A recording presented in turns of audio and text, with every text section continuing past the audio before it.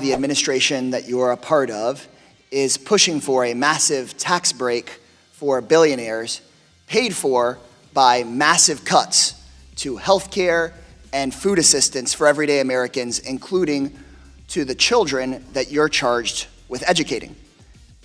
You yourself and your family, as a billionaire family of wealth of about $3.2 billion, can you share with us, do you know how much you and your family will receive in tax benefit if this Republican tax proposal gets pushed through? No, I've not sat down and worked with my accountants on what tax. I can tell you most. You have of a general sense? Well, I can tell you millions last or time tens of millions? taxes went through, I paid more. And so you think that under this proposal, you will not, like the other billionaires, get millions or tens of millions of dollars in tax benefit? I think this is kind of a ridiculous line of No, it's not ridiculous, because here's what's important. The biggest bill being pushed by your administration for your average extremely wealthy person would give about a $4 million benefit. Your family is worth about $3.2 billion, so I imagine that you'd get millions of dollars in benefit from this tax bill. Does that make sense? Does that check out? I don't know. This is Linda McMahon, the wife of vile racist and alleged sexual assaulter Vince McMahon. She is the Secretary of Education in the Trump administration, and she is grossly incompetent. We also know that you have gutted the Office of Civil Rights when there is already investigation backlog. How are you going to fix the discrimination claim cases that are out there? Well, there are, excuse me, there are cases that we're looking into. And again, we have not missed any of our statutory requirements in terms of OCR. We also have a task force. There is a backlog. There are a lot of kids in our schools that are waiting for relief. When you get rid of the people that are supposed to carry out those investigations, how are you to assure that those kids will not continue to be harmed? We are talking about so many situations in where kids are being discriminated against, and you got rid of the people that investigate those investigations so those kids can protect themselves from discrimination. Well, we still have a very strong and capable staff in OCR. Then you wouldn't have a backlog if that was the case. There is a current backlog, and I would love for you to stop just saying words and to actually do the work that you are charged by statute, and I yield back. Thus, she gets torched in hearing after hearing after hearing. Is it clear, or do you believe that you are misleading the public regarding the actions that you and President Trump have taken to cut or cancel programs and services for disabled children and their families? You've said multiple times that disabled students will not be negatively impacted by your decisions, but they already are. Time and time again, this administration asks the American people to listen to everything that they say, but to ignore actually what they're really doing. Given our limited time, I plan to submit written questions to you and for the record, to learn more about your decision and get some direct answers from these parents as to why the kids can't meet with their teachers anymore. Secretary, yes or no? Simple answer, just a direct answer. Do you believe that gun violence, the leading cause of death for children in this country, is a public health crisis? I believe that gun violence is just, we should take steps to make sure that gun violence does not happen in our schools. Is it a public health crisis to you? The American people and families want to know, do you believe that our children sitting in our classrooms should be fear of unnecessary gun violence? Most of America believes that this is a public scourge.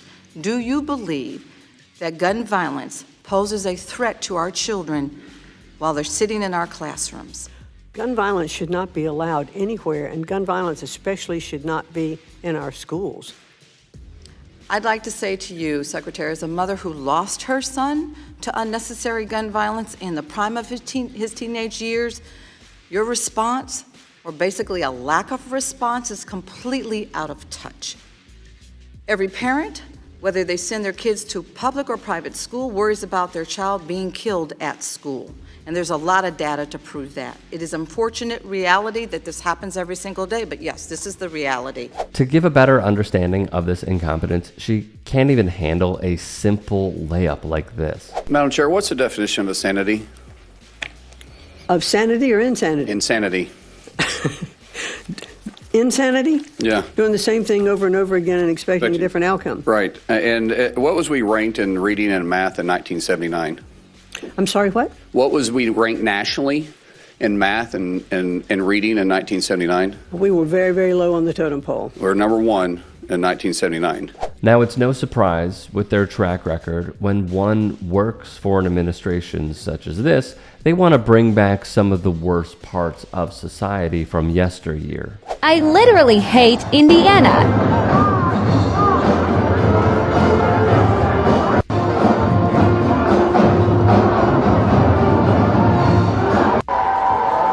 In the middle of warm-ups and all.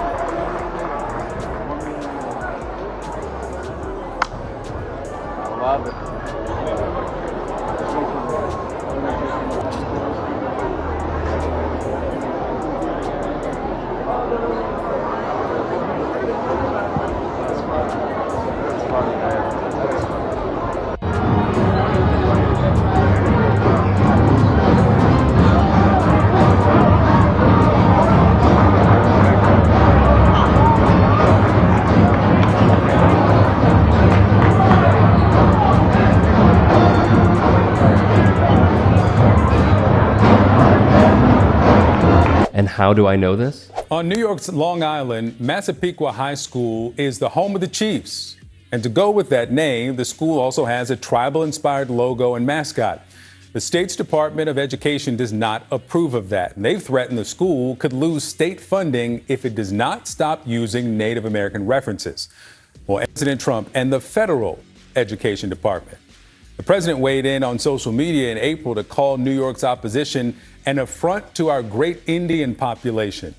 He then put his education secretary, Linda McMahon, on the case, and she visited the school Friday. Secretary McMahon announced that the department will investigate whether its state education officials who were actually being discriminatory by threatening funding over the name and imagery. We absolutely did find that this is a civil rights violation here in Massapequa. The State Board of Education and to the Board of Regents, we would like to have you voluntarily come, sign the resolution that would allow the Chiefs to continue. Jermaine Smith is the former general counsel and secretary of the Shinnecock Indian Nation in New York. He's also advised the New York Department of Education on mascot restrictions. It's almost laughable and disgraceful, those comments about it being discriminatory. The Shinnecock Nation and other tribal nations in New York State, we've had our share of issues with New York State ourselves, but the New York State Education Department has been a partner to the Shinnecock Nation. As one spokesperson said to Spectrum News, it was a political stunt by McMahon. Adam Drexler, a Massapequa resident and member of the Chickasaw Nation, told the outlet reps from the Native American Guardians Association who voiced their support for the mascot staying are, per Drexler, Native Americans for Hire, noting the group is not based in New York, but North Dakota. Quote, they have no tribal authority, he added, which is true. They are a conservative group. Meanwhile, the councils in New York, the state of, continue saying that mascotting them is degrading. From the great Dave Zirin, by conflating indigenous minstrelsy, white people in face paint with representation, it also makes it easier for non-natives to ignore actual issues plaguing native communities, like poverty and poor healthcare access. It's a warped version of visibility that only serves to erase. As a spokesperson from the National Congress of American Indians said, these depictions are not tributes. They are rooted in racism, cultural appropriation, and intentional ignorance. He'd also print, then there is the poisonous lie that Trump cares about indigenous populations when his bald racism against Native people has been a consistent part of his life for decades. If he really cared, he would apologize for the fact that Native people are being mistakenly arrested by ICE. It's just more gaslighting from this regime, akin to this cabinet of open anti-Semites claiming to have zero tolerance for anti-Semitism. This past week, a true hater of Jews, conservative Nepo baby Kingsley Wilson, was promoted to spokesperson of the Department of Defense over the meek objections of the ADL. We have done the stories in the past of how detrimental this sort of symbology is. It's no shock that the Cleveland Indians decided to become the Cleveland Guardians and scrap the Indians logo altogether. The bigger shock was how long it took. The research has shown the psychological effects this has on the indigenous population and how they are treated then lesser when they are portrayed in this manner. What also gets me is how so many continue to not see it and not listen to those that are directly affected.